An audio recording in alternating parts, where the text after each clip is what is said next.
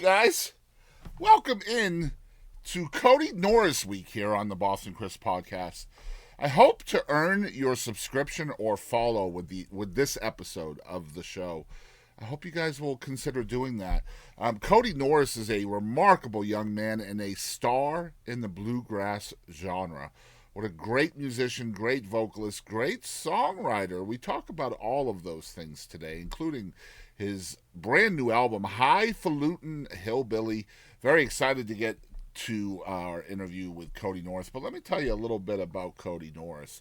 Whatever you do, don't call the Kody Norris Show retro, because while the reigning SPBGMA Entertainers of the Year are known for the rhinestones that shine from their lapels and the fringe that hangs from their collars, seem to conjure up memories of times gone by, the Kody Norris Show are very much directing their gaze forever forward, now more than ever before. The talented group, which is made up of frontman Kody Norris, Josiah Tyree, Mary Rachel Nally Norris, and Charlie Lohman, finds themselves with a growing legion of fans craving the comfort that comes from their retro look, but equally craving dynamic instrumentation and thought-provoking lyrics, all of which can be heard throughout their epic new album, Highfalutin Hillbilly. Very excited to get into it with Kody about all of these awesome things. We're going to show 2 live performances here on the show as well. I hope you guys will enjoy the latest episode of the Boston Chris podcast. Make sure you follow along at the Boston Chris Show wherever you follow podcasting or social media. And without further ado, we're going to get into it right now with Mr. Kody Norris. It's time to jam. It's time to mingle. It's time to see what everyone's drinking. It's time to jam. It's time to mingle. It's time to see what everyone's drinking. Until we all lose connection.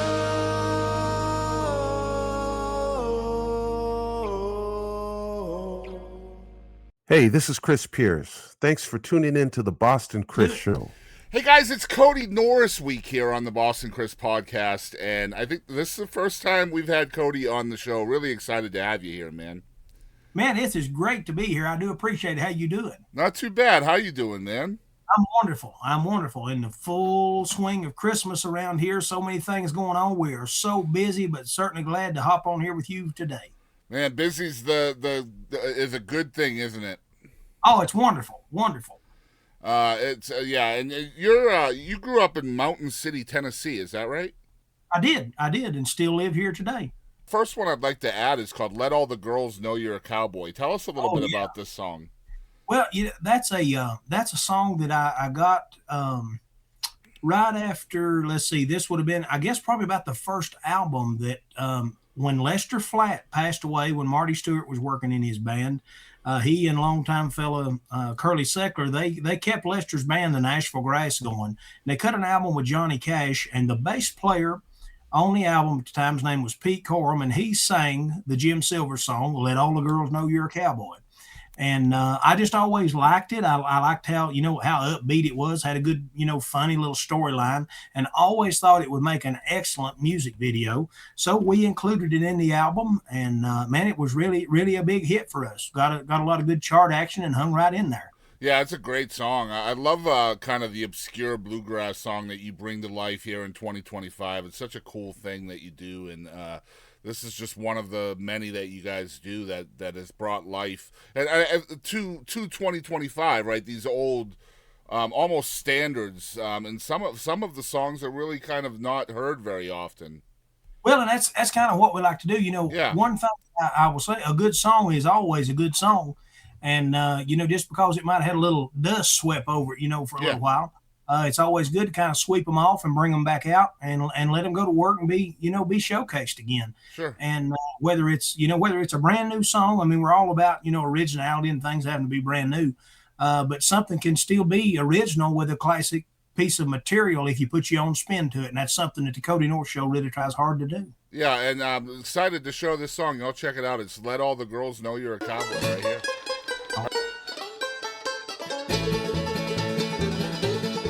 Well, I moved out west in 1967. Then I left Milwaukee at my family's home. I made my rounds in suits at J.C. Penney's. Oh, but every night I went home alone. Well, that didn't take me long to learn the score, boys. Them just the boots replaced my Tom McCann. Oh, that shiny gabardine you waited in them. And a Stetson with a silver concho band. You've got to let all the girls know you're a cowboy. Let them know there's nothing you can't ride. They don't want some tenderfoot can't feel the saddle. You've got to roll along and never break your stride.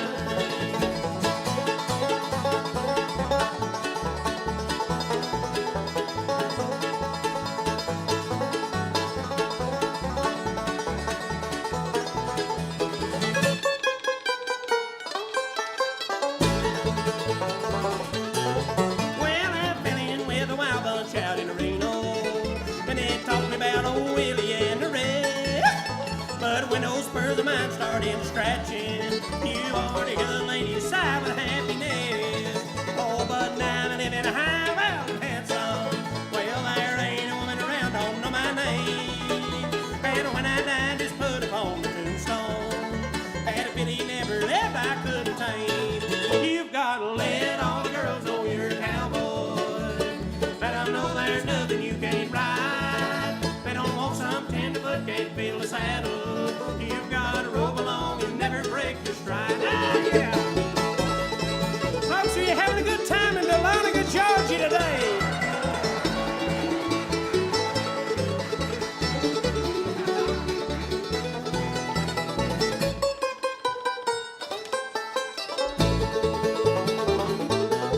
You've got to let all the girls know you're a cowboy.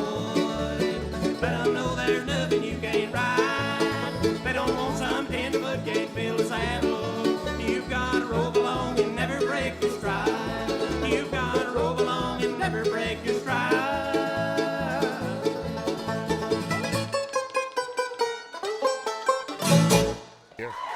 All right, so we're back, and yeah, I love what we're talking about here, and you're a songwriter as well. I mean, you are writing songs for the group and for the band, and you co-write a lot with your wife as well for with the band.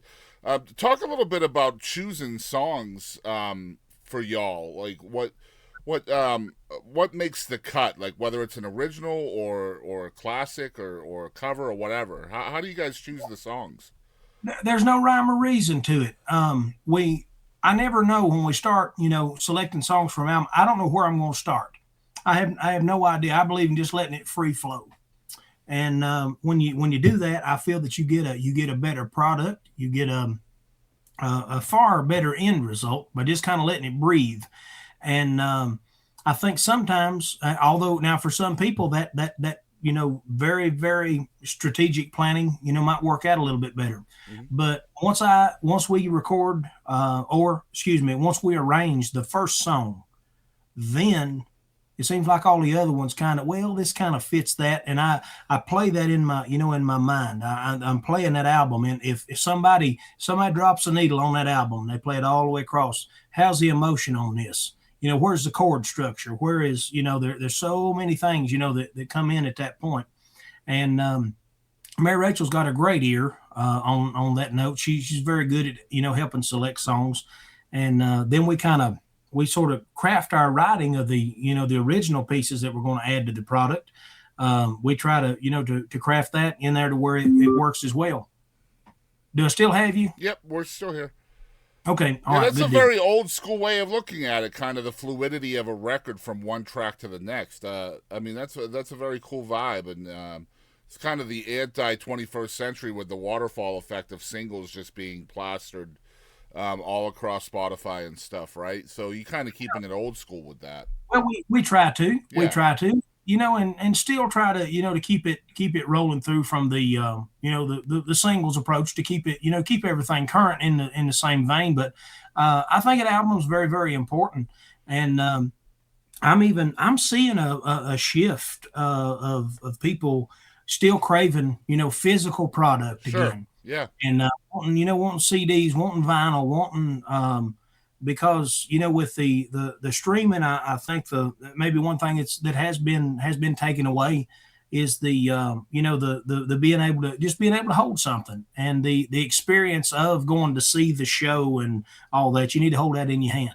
Well, I mean, when I was a kid, just to kind of reiterate what you're talking about, it was tangible. It's something you owned. Like, I remember, delivering newspapers just so I could buy a single, right? And then that single was everything to me. It's something I bought with my own sweat and Most blood. You know what I mean? most certainly. Yeah, you don't feel like that anymore. Even if you buy a song off iTunes or Apple Music, you don't feel like you own it, right? No, it's just different. Yeah. It's just different. I guess that would be like maybe going down and buying you a car and somebody else driving it. Yeah. Or one of those self-driving cars, right? Like, Yeah, yeah, yeah.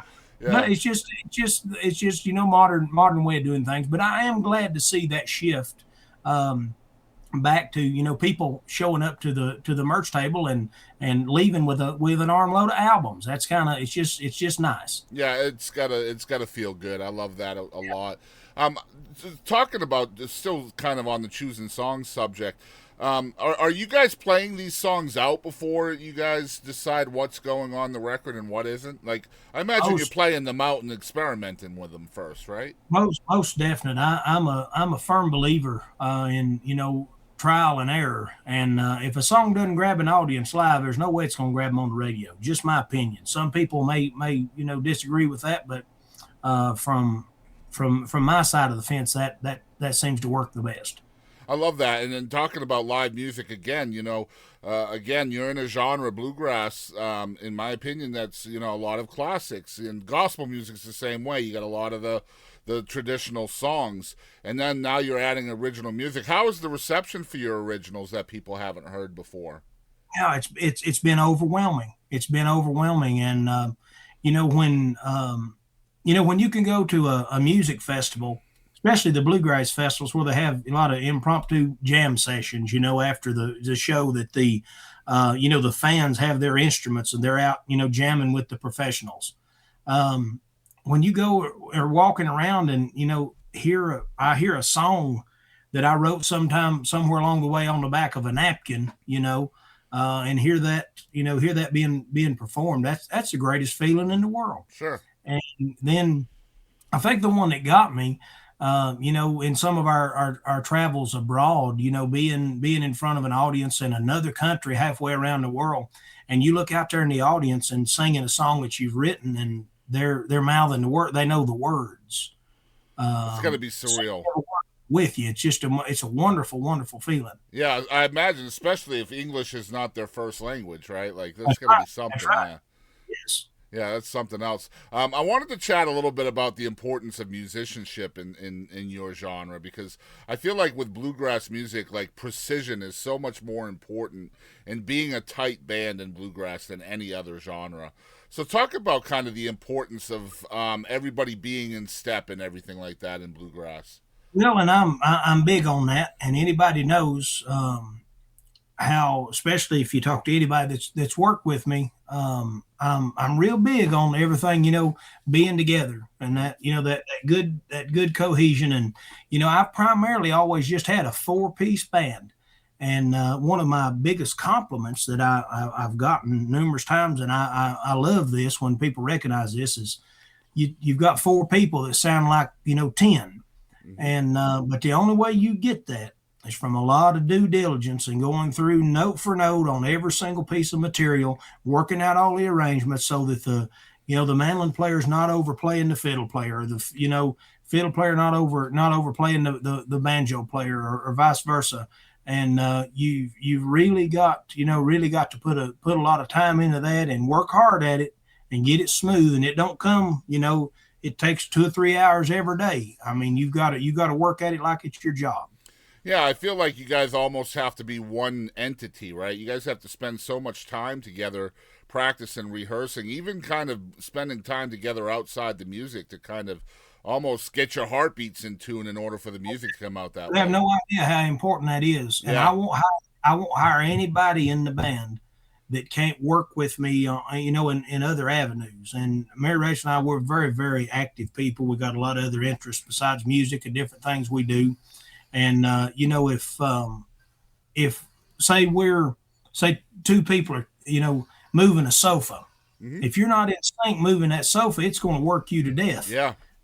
And I believe in doing that. Doing a lot of physical labor like that together really helps to get your brain in tune, gets everybody on the same page. Yeah. And if you can do that, you can do other things as well. Well, I told my wife the other night while I was researching this interview, I said, there is nothing worse than a bluegrass band with one person out of step. Oh, it's and like, it's not talking about y'all, because y'all are Yeah. not that. You guys are so in tune and precise. Like I watched so many live recordings, live concerts and stuff of y'all over the last couple of weeks, and it's just so tight what you guys do. And I'm really impressed because in a lot of these shows, you guys are using one mic. Oh, yeah. So you Yeah, guys and have to get your harmonies to sound good, and you have to make sure the voices are not louder than the other. And with one microphone, that's so difficult. Oh, it's a chore sometimes, but once you get that down pat, it really does work well. It Yeah. really works. It's visually cool too, like just watching kind of what's the word? Choreography. Thank you. Yeah. Just watching that, like I was watching kind of Rachel going back and forth around people with her mandolin and kind of going over people's shoulders with it. It's so cool to watch, man. It's so neat. Let's talk about the new record, Highfalutin Hillbilly. What a badass name for a record. Did you like that? I do. Yes, I do. I'll keep it real. First song on the record, right off the bat, Auctioneer. Like, what a way to start, right? Well, that's if you're going to do it, do it. Yeah. No, the Auctioneer's been very, very good to us. I've gotten a lot of mileage out of that. That makes the second time I've recorded. I recorded a long time ago. Sure. And but that's by far my most requested song. I'll get dozens of requests for that at every single show. And we finally got the opportunity to get it on a record, get it on the radio. It's been wonderful. We got a great music video to that. And definitely a showstopper, and that won us an award from the International Bluegrass Music Association this year. Yeah, so talk about re-recording and what goes into that decision. Well, that's sometimes a good record, I think, can be a better record. It sometimes, and sometimes the first one will knock it so far out of the park, there's no way to ever touch it again. Yeah. But if you don't try, you're never going to know. Sure. And so why not? And in this case, I really feel like that the second, our latter version of the Auctioneer was just it was just nearly flawless. And we walked in there, and very good, I yeah. think just maybe one take, and it was all business. Yeah, it was badass. So we were happy about that. Yeah, I imagine. And a lot of times people will re-record because they, maybe they put a solo in there they didn't have before that they learned live, or they want to update it because they have better technology or whatever, right? So I have a segment called Three Names. We just started doing this. So what I'm going to do is, this is kind of a word association game. I'm going to give you a name, and you just tell me what comes to mind, okay? Okay. First name, Josiah Tyree. Banjo. You can explain more if you want. Doesn't have to be one word. Well, okay. Probably, well, you put me on the spot. I'm terrible with this type of thing. I would say banjo extraordinaire. There we go. Okay. That's good. All right. Next name, Mary Rachel Nally Norris. Wife, partner in crime, pretty much the one who holds everything together and keeps the Kody Norris Show rolling up and down the road. I think you know where this is going. Third name, Charlie Lohman. Charlie Lohman, bass player, harmony singer, goofiest guy I've ever traveled with, historian of all things. He discusses everything from the Roman Empire to the Civil War to brain surgery. You never know what's going to be on Charlie's menu for the week. Love it. Here's a question for you. Oh man, where did it go? I was going to ask you something. I forgot what it was. What are some of the lessons you've learned from bluegrass legends from years ago? I know you've played with Ralph Stanley, the senior and junior, and a bunch of others. Well, being genuine, I can say that wholeheartedly. Um, I was so fortunate to get to be around all those people who were the realest people I've ever met before or since, and they were just the real deal in every sense of the word. They didn't put on any airs. They didn't. What you see is what you get each and every day, and I strive so hard to be just like that. That no matter what you do or where you go, you just be yourself, and if the people like you, they like you, and if they don't, unfortunately, they don't. But you'll be yourself all the way, and I think you'll win over a whole lot more people in your musical journey by just being yourself through your personality and your music. And the way you look, right? Like I've noticed that you guys are lockstep. You're very uniform. Talk about that a little bit. The fashion of the Kody Norris Show. Well, when I first started just liking music as a kid, um, everything that I would see, I watched the Grand Ole Opry a lot on television back then. And man, people like Porter Wagner and Hank Snow and all these people, they were so flashy and so fancy. And that just captivated me at a young age. Then I got getting to go to some live music and saw people like Jimmy Martin perform and Bill Monroe and all these people. And they had suits and shirts and hats and ties and all that stuff, and just knocked my socks off as a kid. So when I began to, kind of bring what I do into play, it was it was right at the head of the line. If we were going to do it, we were going to do it that way. Okay, I remembered the question that I forgot. So, why did you guys go with the Kody Norris Show rather than the Kody Norris Band? Well, I really feel like it is a show, and every sense of the word. And a band is a unit that just plays music. We do quite a bit more on the stage, than just play music. There's everything from comedy to dancing to you never know what we're going to do. Yeah. And we don't know what we're going to do. I literally, I entertain the people on the basis of what I feel like that they want at that very time. And if something really grabs them, we do more of that. If something doesn't go over so good, we do less of that. And but there's so many, right? Yeah. There's so many elements in the Kody Norris Show, so many things. When I started putting this thing together, I wanted all those elements. I wanted to create what I would like to go see. What's going to hold my attention for a 75-minute performance? What's going to hold my attention? And that's just how I went about it. And I think connecting to the audience and I really, when I walk up there behind that microphone, I want them to feel like I'm sitting out there, just sitting on their knee, sitting there singing right to them, and make them feel like they're family because they are. Yeah, I think the word show encapsulates it too, because you guys are all equal. You guys all sing, you guys all play.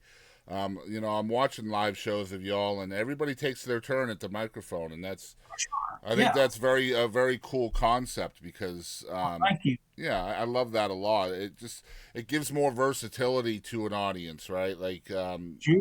yeah, as a listener, you're not listening to the same voice for 2 hours or whatever. Let's talk a little bit about the second song that we're going to include here today. It's called "I Call Her Sunshine." Talk about this one a little bit. Well, I Call Her Sunshine when the Rhinestone revival record, was being put together. I knew beyond any shadow of a doubt that that song suited a higher ranged voice, and that it'd be right down the line for Josiah Tyree. And it's been a great song for us. Everybody all over the world enjoys it. Had a great music video. That was that was an experience in itself. When we recorded the music video, every single thing that could have went wrong. Of course, happened. The morning of the shoot, actors who were going to play parts bailed out. The car that was supposed to be used didn't show up. The film crew, they get there. One of them was sick. They had to divert that whole thing. Then they opted to use some drones to capture the footage. Then one of the drones gets stuck. The only tree in that part of Kentucky they drove the drone into. Then the fire department gets called to get the drone out of the tree. Then they can't get it. Then a tree climber comes, and it's everything you can imagine. You're trying to play this joyful song. Yeah. But the finished product was just absolutely phenomenal. Yeah, it's badass. We're excited to show it. It's called I Call Her Sunshine by the Kody Norris Show. All right.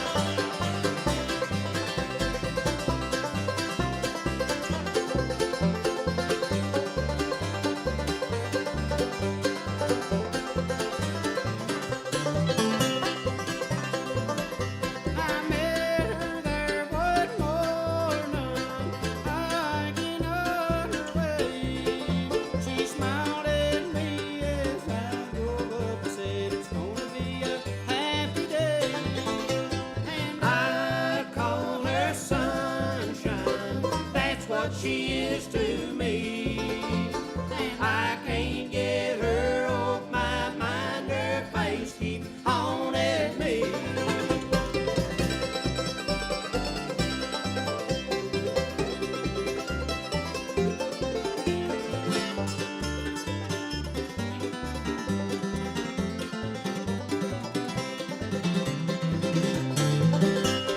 Faded jeans and hair like gold, a smile warm as sun or sun. I hope I find that girl again, for now I know that she's a one. And I call her sunshine, that's what she is to me. And I can't get her off my mind, her face keeps haunting me.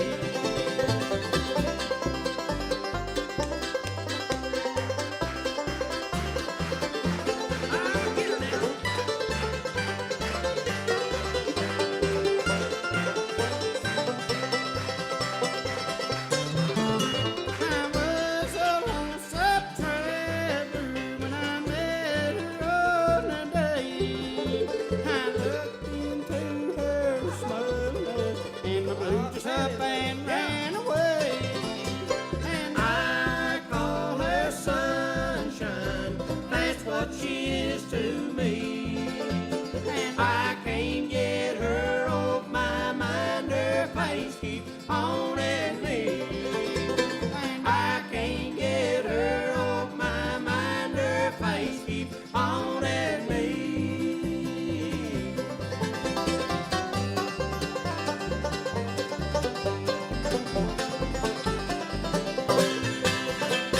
All right, so we got some quick segments we're going to go through real quick with you. These are for TikToks and stuff.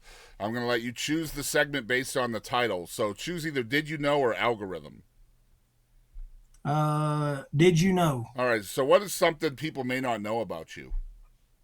That I love to cook. Okay, very cool. All right, next segment's called Impactful. Name 3 people that impacted your life in some way. And then tell us the number one thing you learned about each of those people. One of those people for definite would be my Uncle Jack, my great uncle. He really introduced me to bluegrass music by just surrounding me and saturating me with it when I was a kid. We'd ride around listening to it in his El Camino, and later in life I restored that El Camino. I still have it, and that's kind of my connection. Now that Uncle Jack's gone, I get in the old El Camino and ride around and listen to the bluegrass music. Somebody else that really shaped me that only was around a few dozen times, I guess, in my life, but just their musical styling was definitely that of Jimmy Martin and his showmanship. That went a long way with me, learning how to work the crowd, how to, really just grab people and make them listen to you, and all in the delivery. And I saw him do that so many times. And, to be able to have an influence like that and get to watch a professional of that level was really important. And the other person that I'd have to say would have been my dad. We're actually coming up. I had him very, very strong on my mind, coming up on the anniversary of my dad's death. He'll have been gone 5 years on the 21st of Sorry to December. hear that, man. And I appreciate that. my dad really instilled in me the value of hard work, and that nothing is out of reach if you're willing to put the time in to get to it. Yeah. And I'm so happy that that's how I was raised, and to not back up from anything. If you start it, you do it. You fulfill it. They wouldn't allow me to quit anything when I was a kid. I don't care how much I whined and cried. It didn't matter. If I started it, I had to finish it. Very cool. And that's carried over, into my life and given me a work ethic that's unstoppable. And I'm so thankful for that. I appreciate you asking about that. That's just something good for me to have thought about today. I appreciate that. Yeah, you're welcome. It's probably my favorite segment, actually, to be honest. Next one, choose either Mount Rushmore or choose one artist. Which one would you like to do?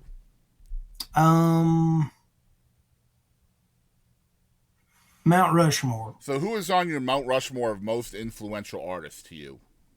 Porter Wagner, Jimmy Martin,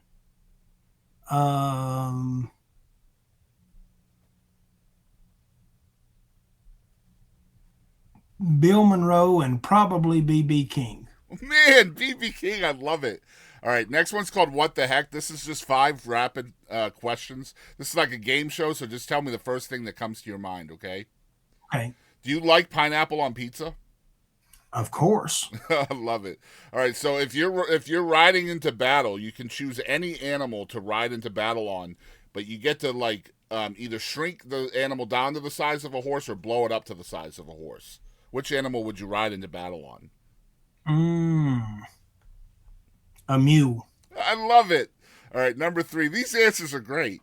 All right, number 3. Where do you think squirrels go during hurricanes? Well,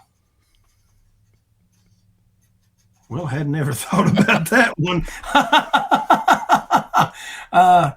I hope into a basement. A basement. All right. All right. Number 4. What's your favorite season? Winter. Winter. Okay, very cool.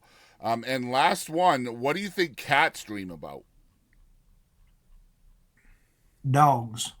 That's a common answer. That would be a nightmare for them, though, I think. Well, yeah, that's probably true. Actually, I would honestly feel that cats probably dream about sleeping, because that's one of their favorite things. They do. Yeah, that's what they do. That's what they do. All right. So even when they're sleeping and dreaming about it, they're dreaming about doing the same thing they're doing, because that's all they want to do anyway. Man, what a strange life that would be, right? Oh, wouldn't it? Yeah. All right, next one. Choose either bucket list or fly on the wall. Bucket list. All right, so what is on your bucket list of things you still want to do? I'd like to perform at Carnegie Hall. I would like to be able to, wow, man, that's such a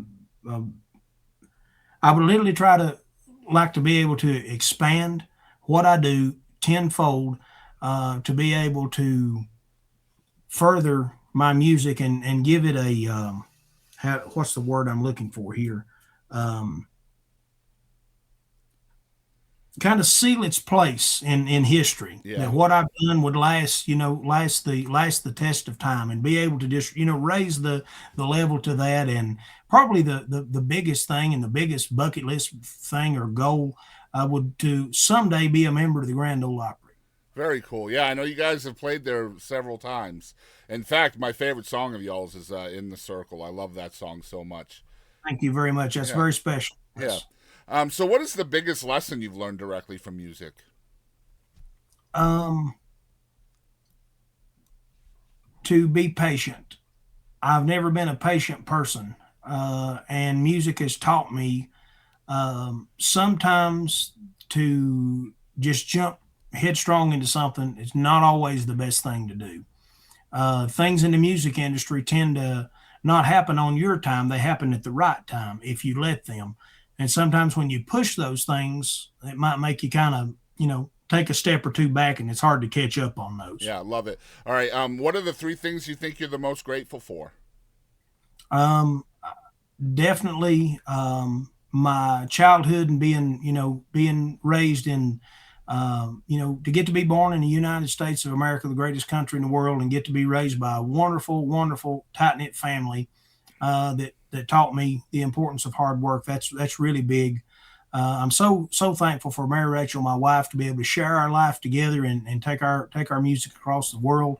And most definitely, I'm thankful for the fans that come out and allow me each and every day to live my dream and to keep my band and all my team employed and do the things that we want to do and to have the level of life that we're accustomed to having. For without them, we could do none of it. Love it, man. Last segment, I appreciate you doing this with us, Kody. Last segment is called Who Do You Think You Are? So who is Kody Norris? Kody Norris is probably, in my opinion, one of the craziest people I've ever encountered in my life. In regard to, I've never felt like there's anything out of reach. I'll tackle about anything, unless there's a few things that I just have kind of drawn a line on. I'm not a fan of heights. I don't like that. But aside from that, anything that I pretty much set my mind to, I try to accomplish. But I feel like I'm a pretty big personality. When I guess you'd say when I walk into a room, I'm one of those people everybody turns around and is like, what is that? But it's probably got something to do with the fact that I'm, 6'4", 260 and got a rhinestone suit on, could probably have something to do with it. But Kody Norris is a real deal. I can honestly say that, because I work pretty hard at that, and Mary Rachel keeps me in check and won't let me be any other way. I love that, man. You got to have that in your life, man. You have to have that in life. You need validation outside yourself, right? That's right. Man, I love that. Guys, it's Kody Norris. I'm going to tell you guys where to follow along. The website is the Kody Norris Show, .com, all spelled out. Social medias, Facebook is at Kody Norris, the Kody Norris Show. X is at Kody Norris Show without the. Instagram is at the Kody Norris Show. TikTok is at the Kody Norris Show. So basically everywhere it's the Kody Norris Show, except for X, which doesn't have the on it. Yeah. So follow along on your favorite place. Make sure you're streaming the record, Highfalutin Hillbilly. And Kody, thank you so much for doing this, man. I sincerely appreciate it. And thank you for taking the time, and we'll do this again sometime. Absolutely. I'd love to get more in depth with you with a little more time, perhaps. That'd be great. Hey, y'all, this is Heath Walker. Thanks for tuning in to the Boston Chris Show.